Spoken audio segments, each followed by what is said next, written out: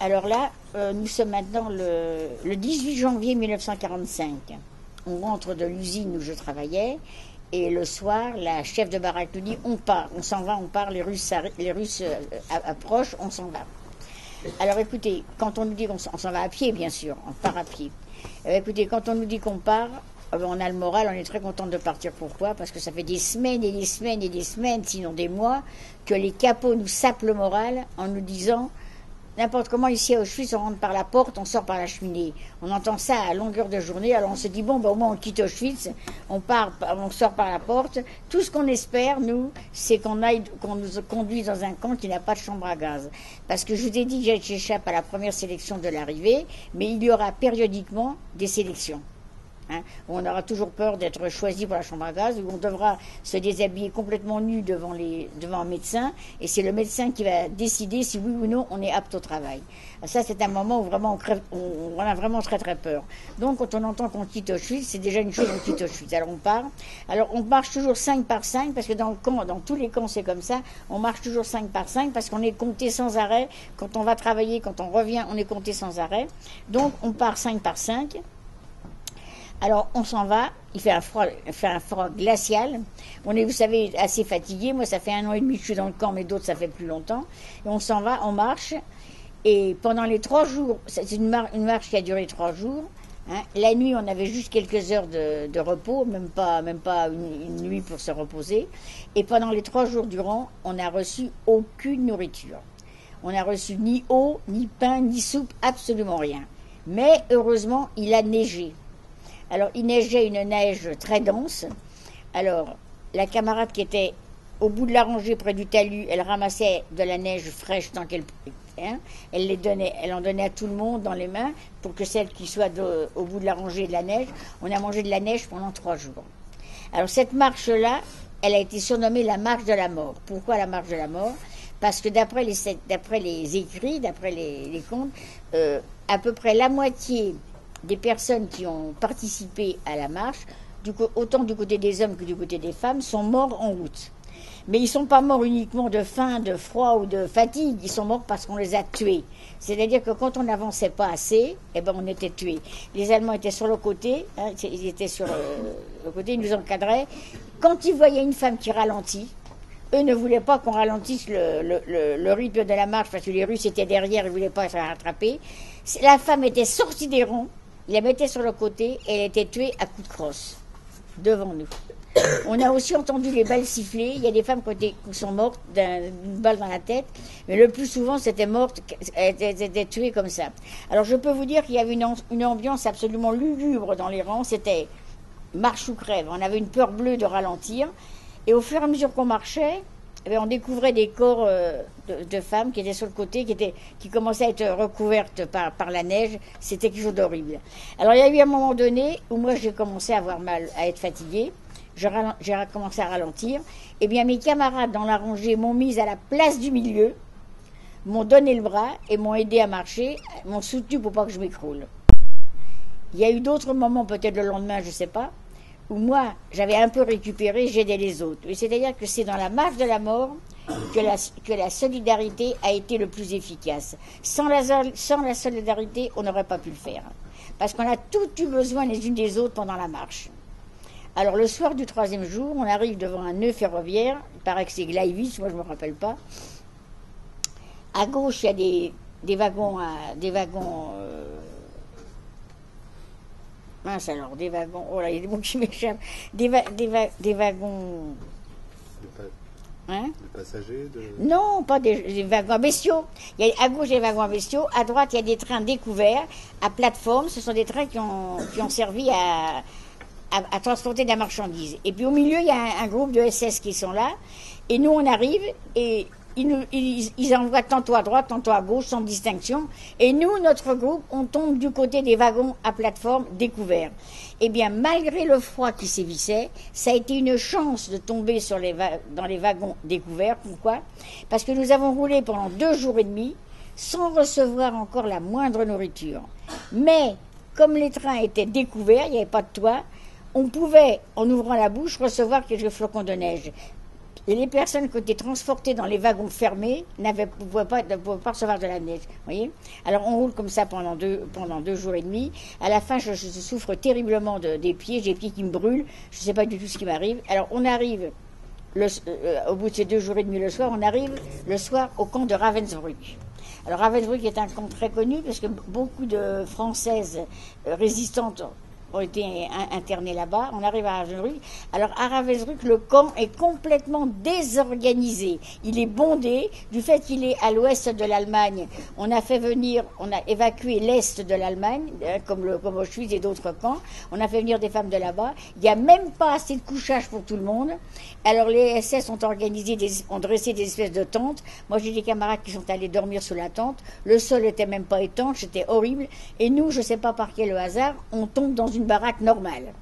Alors dès qu'on arrive dans une baraque et qu'on nous distribue nos places, je suis sur ma paillasse et là je commence à délasser mes chaussures. J'ai à ce moment-là des chaussures très très fines et trop petites qui me serrent. Et j'enlève mes chaussures et qu'est-ce que je vois? Eh ben, je vois que j'ai 3 doigts à chaque pied de gelée. J'ai les 2 pieds en sang, c'est terrible. Et dès que j'ai enlevé mes chaussures, mes pieds ont gonflé et je n'ai pas pu remettre mes chaussures. Alors mes chaussures me servaient de savate, je n'ai pas pu les enfiler. Heureusement, pendant les 3 semaines où on est resté dans ce camp, il n'y avait pas de travail d'organiser, c'était la pagaille complète. J'ai pas dû aller travailler, donc on est resté dans la baraque. Mais je devais quand même sortir de la baraque pour aller à l'appel, parce que les appels se faisaient dehors, devant la baraque. Mais je devais traîner les pieds pour aller jusqu'à la baraque. Et 3 semaines après, un peu plus de 3 semaines après, justement un matin à l'appel, on nous dit on repart. Les Russes avancent, on repart. Je sais qu'il y a des femmes qui sont parties à pied. Si j'étais partie à pied, j'aurais été abattue en route puisque je ne pouvais pas marcher. Mes chaussures, je me servais comme des savates. J'ai eu la chance avec quelques camarades d'être dirigés dans un train. Et nous avons roulé toute une journée, une grande journée dans ce train. Et le soir, j'étais pas bien du tout non plus dans le train. Et le soir, on arrive dans un camp qui fait partie de Ravensbrück, un commando qui s'appelle Neustadt. Alors on arrive dans ce camp de Neustadt, on nous expédie dans une espèce de grange où il y avait de la terre battue par terre, avec un peu de paille éparpillée, et on devait dormir par terre. Alors écoutez, on devait dormir, mais moi j'ai empêché tout le monde de dormir. J'avais le typhus exanthématique qui se déclarait. Le typhus exanthématique, c'est une fièvre cérébrale terrible, hein, et j'ai déliré toute la nuit, j'ai empêché tout le monde de dormir. Alors, le lendemain matin, j'avais retrouvé ma meilleure amie que j'avais perdue pendant l'évacuation. Je l'avais retrouvée. Elle me dit, tu vas pas pouvoir rester ici. La chef de baraque, elle va pas te garder. Tu es trop malade. Viens, je vais t'aider. Je vais te donner le bras. Viens, je vais t'emmener à l'infirmerie. Alors vous savez, si j'avais été moins malade, j'avais peut-être, je sais pas, peut-être plus de 42 de fièvre, si j'avais été moins malade, j'aurais dit non, je vais pas à l'infirmerie. Pourquoi? Parce que j'avais le souvenir de l'infirmerie d'Auschwitz où mes camarades qui étaient malades, moi j'ai pas été malade à Auschwitz, mes camarades qui étaient malades, elles préféraient aller travailler malades avec de la fièvre. On n'osait pas mettre un pied à l'infirmerie parce que dans ces pseudo-infirmeries, il y avait sans arrêt des sélections.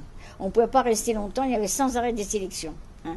Et c'était des baraques où on était admis quand on était malade, exempté de travail, mais il n'y avait aucun médicament. Seulement on était malade, on nous mettait là, et sans arrêt il y avait des sélections. Mais vous savez, là, quand je suis à Neustadt, je suis tellement malade, elle me dit qu'elle m'emmène à l'infirmerie, je réagis pas, elle me donne le bras, et à petits pas, je peux pas marcher, et à petits pas on se dirige vers l'infirmerie.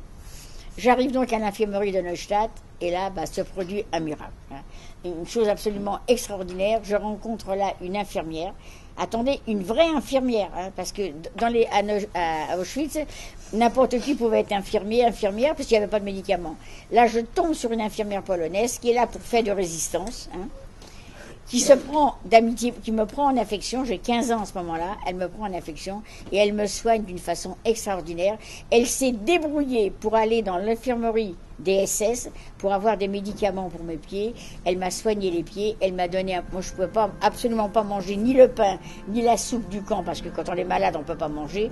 Elle faisait déjà une soupe à la pomme de terre justement avec sa collègue. Elle était quand même privilégiée en tant qu'infirmière et elle m'a forcé à manger. Elle m'a dit si tu manges pas tu rentreras pas chez toi. Et si j'ai survécu, c'est grâce à Vanda. Voilà. j'ai eu la chance de rencontrer une infirmière qui... Et vous savez, les soins qu'elle m'a prodigués dans un camp, ça n'existe pas. C'est extraordinaire ce qu'elle a fait. Et on reste comme ça pendant 2 mois et demi. Alors vous voyez, 2 mois et demi dans une infirmerie, au Revier, comme on dit en allemand, c'est absolument impossible à Auschwitz, ça n'existe pas. Mais là, je tombe dans un camp qui n'a pas de chambre à gaz, il n'y a pas de sélection. Voilà la chance que j'ai eue, d'être dans un camp qui n'avait pas de sélection. Donc j'étais malade 2 mois et demi au Bon Soin de Vanda, on m'a laissé. Alors dans cette infirmerie, nous sommes une trentaine de femmes, nous sommes 3 Françaises seulement. Alors, à la fin avril, là, on arrive la fin avril, eh bien, le matin, on réveille, on nous dit les Allemands sont partis. Ça veut dire que les Allemands sont partis, ils ont abandonné le camp, ils n'ont fait aucune représaille, parce que les Russes étaient aux portes de la ville, eux, ils ont fichu le camp. Donc, il n'y a plus d'Allemands. Alors, mon infirmière me dit au revoir, elle part avec sa collègue, et parmi la trentaine de femmes, on est toutes malades, on attend. Alors, j'ai su après, pas pendant que j'étais à l'infirmerie, j'ai su après qu'il y avait, à côté de notre camp, il y avait un camp de prisonniers de guerre de plusieurs nationalités qui était juste à côté. Quand les prisonniers de guerre, eux, ont entendu que les Allemands étaient partis, ils se sont dirigés vers le camp des femmes pour être utiles. Et à ce moment-là, sont arrivés les Russes. Alors les Russes sont arrivés avec leurs tanks, ils ont écrasé la porte du camp, ils ont coupé l'électricité des fils de fer barbelés, puisque même si ce n'était pas un camp d'extermination, il y avait quand même des fils de fer électrifiés, ils ont coupé le courant, et qu'est-ce qu'ils ont fait les Russes? Les Russes, ils ont vu qu'il y avait des femmes qui sortaient des baraques, les femmes étaient valides. Les Russes ignoraient totalement qu'il y avait une baraque de gens malades. Eux, ils ont ouvert le camp, puis sont partis occuper la ville qui était à moins de 2 kilomètres. Et nous, on est dans le camp, on est complètement abandonnés. Personne ne sait qu'on est là, on attend. Alors, dans la journée qui se passe, on ne reçoit pas la soupe. Pourquoi? Parce que les femmes qui sont dans les cuisines, elles sont valides, elles sont parties, elles ont essayé de suivre les prisonniers pour essayer de rentrer. On est complètement abandonnés, on attend. Alors, on attend toute la journée. Le lendemain matin, personne, on attend. Et dans l'après-midi du lendemain, là, on voit arriver. Alors, écoutez les filles, 3 superbes soldats. Mais si je vous dis qu'ils étaient beaux, vous pouvez me croire. D'abord, ils étaient, je sais pas, comment ils mesuraient, 1m90, ils étaient immenses. Ils avaient des belles casquettes et ils avaient surtout des uniformes impeccables. C'était des soldats qui venaient pas qui sortaient pas de la troupe, qui sortaient pas qui sortaient de leur magasin. Ils étaient impeccables, vraiment, ils sortaient comme d'une boîte. Ils arrivent, et puis ils font « Hello !» Alors on les regarde, on se dit ce sont des Américains. Mais ne vous imaginez surtout pas qu'on leur saute au cou. On est complètement au bout du rouleau, on est complètement anémiés, on n'a aucune force. Nous on les regarde complètement, on fait « Hello !» On répond « Hello !» Bon.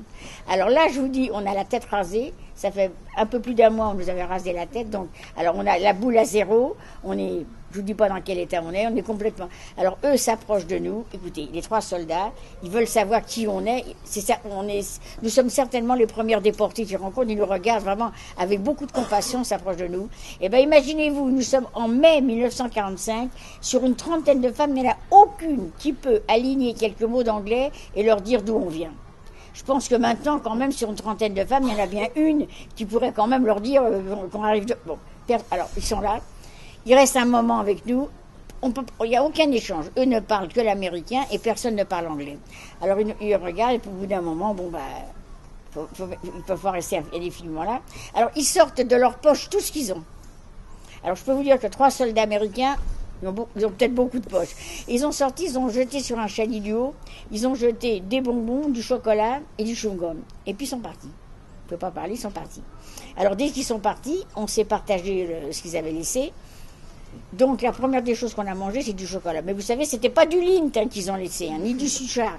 Ils ont laissé du chocolat de la troupe américaine. Écoutez, c'était dur. En fait, on a mangé des miettes de chocolat. On a cassé les chocolats en miettes. On était contents, on a quand même mangé des miettes de chocolat et on attend. Alors, dans les 3 Françaises, il y a Claudine, c'est une fille de mon groupe que j'ai retrouvée. Et l'autre, elle s'appelle Ginette, on l'a connue pendant qu'on était malade. Mais c'est une fille qui a 18 ans, mais qui a un punch terrible. Alors elle nous dit, vous inquiétez pas, elle nous dit, les Américains, ils vont prévenir leur état-major et on va s'occuper, nous, on va venir nous soigner. Bon, on se dit, oui, c'est vrai, elle a raison, Ginette, les Américains, ils vont prévenir leur état-major. Oui, ben ça se passe pas comme ça. Parce que les Américains, ils ont vu que les Russes étaient dans la région, puis eux, ils étaient en mission, ils avancent sur Berlin, ils n'ont rien à faire ici, ils reviennent pas. Maintenant, les Russes, ils savent pas qu'on est là. Hein. Alors eux, il n'y a pas de raison de venir, ce qui fait qu'on est complètement abandonnés. Alors il se passe encore une journée, et à la fin, Ginette, elle prend le taureau par les cornes, elle dit, mais qu'est-ce qu'on va devenir? Mais qu'est-ce qu'on va devenir? Les Russes, ils en finissent pas d'arriver, nous on ne sait pas qu'ils sont dans la ville. Et les Américains, ils reviennent pas. Alors Ginette, elle dit, moi je veux chasser du secours. Alors elle est la seule à pouvoir marcher un petit peu, elle n'a pas les pieds gelés. Elle s'en va dans un placard chercher une veste et quelque chose à se mettre aux pieds parce qu'on est sur des paillasses, on n'a pas de chaussures. Et elle s'en va. Et quelques temps après, on voit arriver dans la baraque, alors écoutez bien, ça prend toute la largeur de la baraque, tout un bataillon de soldats. Oh là là, on les voit arriver avec des yeux ronds. Mais vous savez, sur le moment, on est quand même un petit peu déçus parce qu'ils ne sont pas aussi beaux que les Américains. Ils ne sont pas aussi grands, et puis ils n'ont pas des beaux uniformes, ils n'ont pas des belles casquettes. Bon, enfin, c'est juste sur le moment. On est quand même content d'avoir de la visite. Alors, qu'est-ce que c'est? Ce sont des Russes. Alors, les Russes, c'est pareil. Eux ne parlent aucune langue et personne de nous parle russe. Mais ça fait rien. Ils se débrouillent. Alors, les Russes qui ont été prévenus par notre amie Ginette qui avait des malades à transporter, imaginez-vous que les Russes ne sont pas venus les mains vides. Chaque Russe tenait une brouette à la main. Et j'ai été libérée en brouette. Ils ont mis 2 nanas par brouette. J'ai été libérée avec une fille que je ne connaissais pas. Alors vous imaginez une trentaine de femmes, 2 par brouette, sur la route, toute la procession de brouette que ça fait. Alors je vous ai dit, le camp est à moins de 2 km de la ville. Alors, donc les soldats, ils marchent avec la brouette. Ils arrivent dans la ville de Neustadt et à un moment donné, ils s'arrêtent. Ils s'arrêtent devant une magnifique bâtisse. C'est l'hôpital militaire allemand qui est investi par les Russes. Et là, ils nous font attendre. Et qu'est-ce qu'on va sortir de l'hôpital? Tout un groupe de soldats allemands en uniforme, avec des pansements un peu partout, à la tête, aux bras, aux pieds et tout. Bon, ils n'étaient pas avec des béquilles, hein, c'était quand même des blessés légers. Alors, on a réalisé tout de suite qu'on vide l'hôpital pour nous mettre dedans. Eh bien, écoutez, je peux vous dire qu'on a trouvé ça très bien. On n'a pas dit, oh là là, les pauvres soldats, on va... De toute façon, on ne les a pas laissés sur le trottoir, certainement. On a trouvé normal qu'on nous fait de la place pour rentrer à l'hôpital. Et on est donc arrivé dans l'hôpital investi par les Russes. Alors, c'était un hôpital absolument magnifique, moderne et tout. Il y avait du carrelage, pas du carrelage, mais comment ça s'appelle, les petits morceaux de carrelage, là? Mosaïque. Hein? Mosaïque. La mosaïque par terre, magnifique hôpital. Alors, on est arrivé dans l'hôpital. On a été très très bien, ça a été une chance d'être hospitalisés parce qu'il y a des déportés qui ont été libérés dans les camps et ils n'ont pas été hospitalisés et on n'a pas su comment les soigner. Eux, les Russes, savaient comment soigner des gens qui ont l'estomac rétréci comme nous. On a donc été nourris comme des petits-enfants par de la semoule, des flocons d'avoine, des choses comme ça. Et alors, ce que je me rappelle, puis des fortifiants, on a été très bien soignés, mais bien sûr, c'était pas drôle, personne parlait le français, mais sans parler, les Russes ont su quand même nous soigner.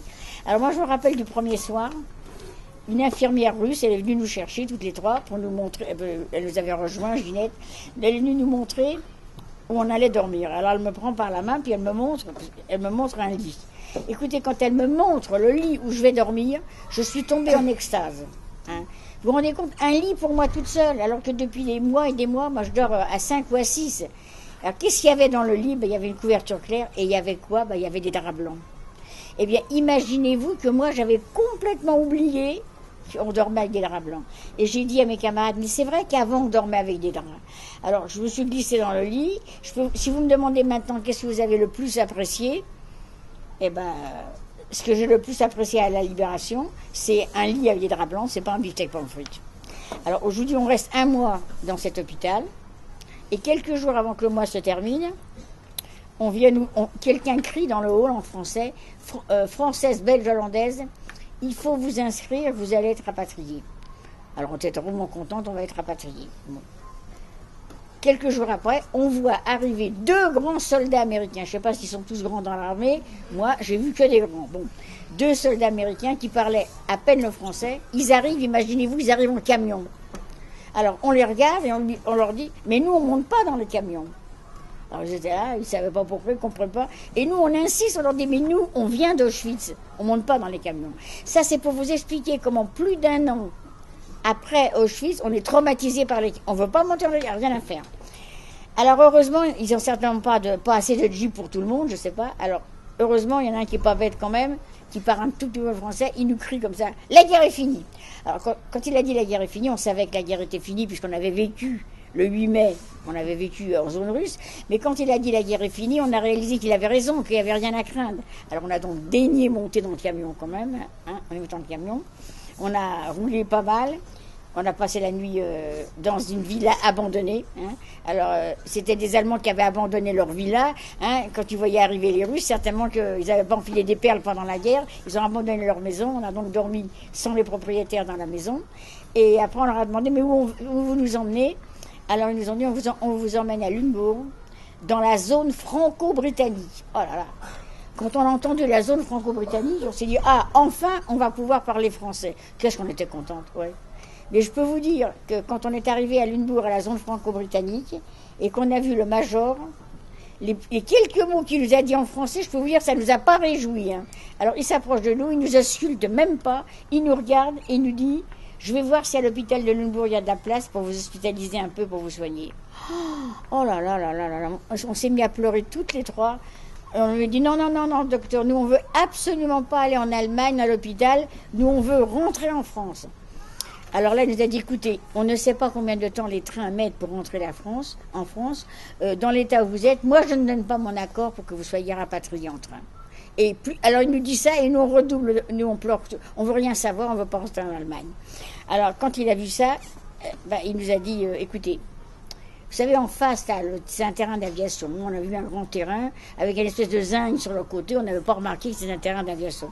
Il nous dit, en face, c'est un terrain d'aviation. Si aujourd'hui, parce qu'il n'avait pas de quoi nous héberger, si aujourd'hui un avion se pose et est disponible pour aller en France, en avion, je veux bien, mais pas en train. Oh là là, on s'arrête de pleurer tout de suite. Oh là là, c'est pas possible, on y est déjà. On sera à Paris ce soir, mais c'est extraordinaire. On s'arrête de pleurer. Puis quelques temps après, je peux pas vous dire quelques temps après, je sais pas combien de temps après, un vieux Dakota canadien se pose sur la pelouse. Hein. On voit les soldats sortir, c'est un avion militaire. Alors il y a deux soldats qui sortent les premiers, le major va discuter avec eux, et après c'est le Canadien qui vient vers nous, puis il y en a un qui lui dit, écoutez, c'était un avion canadien français, vous imaginez de la chance qu'on avait. Alors il nous dit, le soldat nous dit, on vient de parler avec le major, notre avion n'est pas confortable. C'est un avion de parachutistes. Nous, on propose de vous faire voyager en brancard. Oh là là, voyager en brancard, se faire cocoter, se faire chouchouter, on est tout à fait d'accord, il n'y a pas de problème. Et vous savez, les Russes les infirmières russes étaient bien occupées de nous. Comme on n'avait pas de cheveux, elles nous avaient fabriqué un turban pour cacher la tonsure, nous avaient habillé des vestes. On était vraiment présentables. Ah oui, oui, ça, d'accord. Alors on prépare 3 brancards qui roulent, on nous met chacune dessus, on embarque dans l'avion, vous vous rendez compte, la vie est belle, on sera à Paris ce soir. Bon, l'avion décolle, tout va bien. Même pas une demi-heure après, il y a ce même Canadien qui vient vers moi. Alors vous voyez, moi j'ai 15 ans et demi, Ginette a 18 ans, Cloonine elle a 20 ans. Bon, il commence par moi, sûrement que mon brancard était le plus près. Il vient vers moi puis il me fait « Vous fumez, mademoiselle ?» Je sais pas quoi lui dire. Je sais pas quoi lui répondre. Je peux pas dire à ce grand beau garçon que je n'ai que 15 ans et demi. Imaginez-vous qu'à cette époque-là, la majorité, elle est à 21 ans. À 15 ans et demi, vous êtes une mioche. Non, non, non. Maintenant, quand la majorité est à 18 ans, à 15 ans et demi, bon, on commence à vous regarder. Moi, je peux pas. Je dirais pas que j'ai 15 ans et demi, pas question. Bon. Est-ce que vous pensez que je peux lui dire que je sais pas fumer? Ça la fout mal. Bon, on dit pas des choses comme ça, quand même. Pas...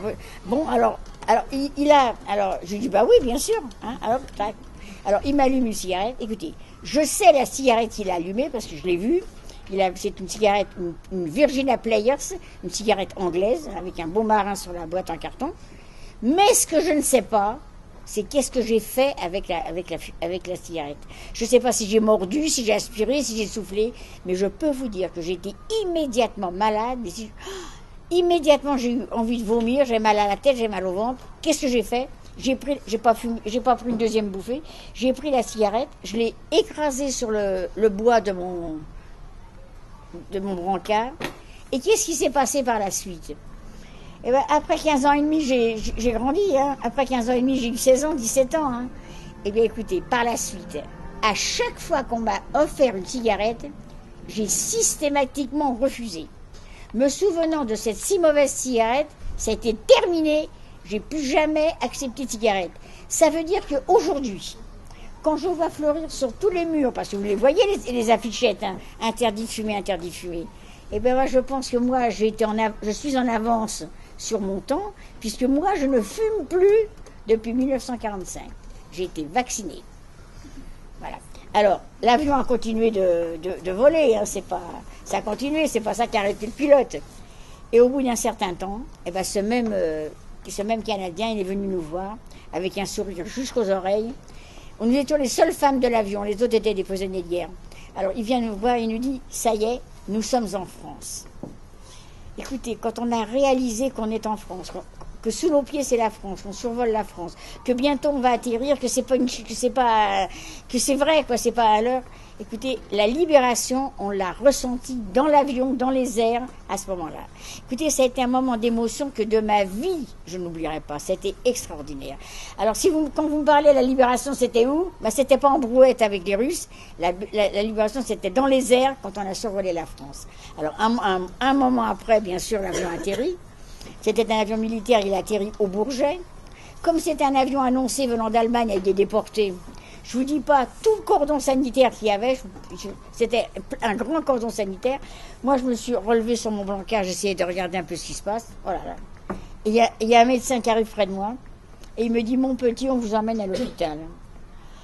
Ah, j'ai dit non. J'ai dit non, docteur, moi je veux pas aller à l'hôpital. Alors, il me dit, ma femme, mais qu'est-ce que vous voulez faire? Où vous voulez aller? J'ai dit, écoutez, docteur, je voudrais qu'on m'emmène chez moi, parce que je voudrais savoir si mon père est de retour. Alors là, ça a fait vraiment quelque chose. J'ai dit, écoutez, vous n'êtes pas en état de rentrer maintenant toute seule chez vous. Dans un premier temps, vous allez à l'hôpital, vous allez vous soigner, vous prendrez les renseignements, on verra après. Bon, alors écoutez, hein, j'ai tout de suite réalisé que d'aller à l'hôpital à Paris, c'était quand même moins grave que de rester à l'hôpital en Allemagne. Alors j'ai donc accepté de monter dans l'ambulance qui était à côté. On m'a donc emmené à l'hôpital Broussais, un très vieil hôpital. Et très peu de temps après, une autre ambulance est arrivée. C'était mon amie Claudine qui avait été dirigée dans un hôpital qui était complet, qui venait me rejoindre. Ce qui fait que c'était un très vieil hôpital, c'était pas des petites salles, hein, c'était des salles communes. On a donc été soignés l'une à côté de l'autre. On est resté 2 mois dans cet hôpital. Et après, nous avons eu la chance toutes les deux. Après de partir, parce qu'on devait partir à la montagne parce qu'on avait un problème pulmonaire, mais on a eu la chance de partir en Suisse dans des maisons que Geneviève de Gaulle avait organisées. Geneviève de Gaulle, la nièce du général qui rentrait, elle, de Ravensbrück, elle avait organisé pour les résistantes françaises des petites unités en Suisse. Et elle a bien voulu nous emmener toutes les trois, bien que nous n'ayons pas fait de résistance, elle nous a emmenés. Et je peux vous dire que l'année que j'ai passée en Suisse avec ces résistantes, ça a été pour moi une véritable thérapie. Parce que je ne connaissais rien de la résistance et elles ont raconté leur mission et tout, ça a été extraordinaire. Et il y en a encore quelques-unes qui vivent encore que je vois. Voilà. Mais je vais terminer en vous disant que je suis restée là-bas 14 mois, mais le retour en France, là, ça a été la galère. Bien sûr, je retrouve mon frère que j'avais vu avant de partir en Suisse, il est venu voir à l'hôpital. Mais là, j'ai presque 17 ans, je ne peux pas reprendre mes études, je ne peux pas retourner en classe parce que j'ai trop manqué, il aurait fallu des cours de rattrapage. Je ne peux même pas avoir droit à une bourse parce que je ne suis pas élève, je n'ai pas droit à une bourse. Il m'a fallu faire un travail qui ne demandait pas d'apprentissage. Ça a été la galère parce que j'ai fait un travail qui ne me plaisait pas. Voilà le retour.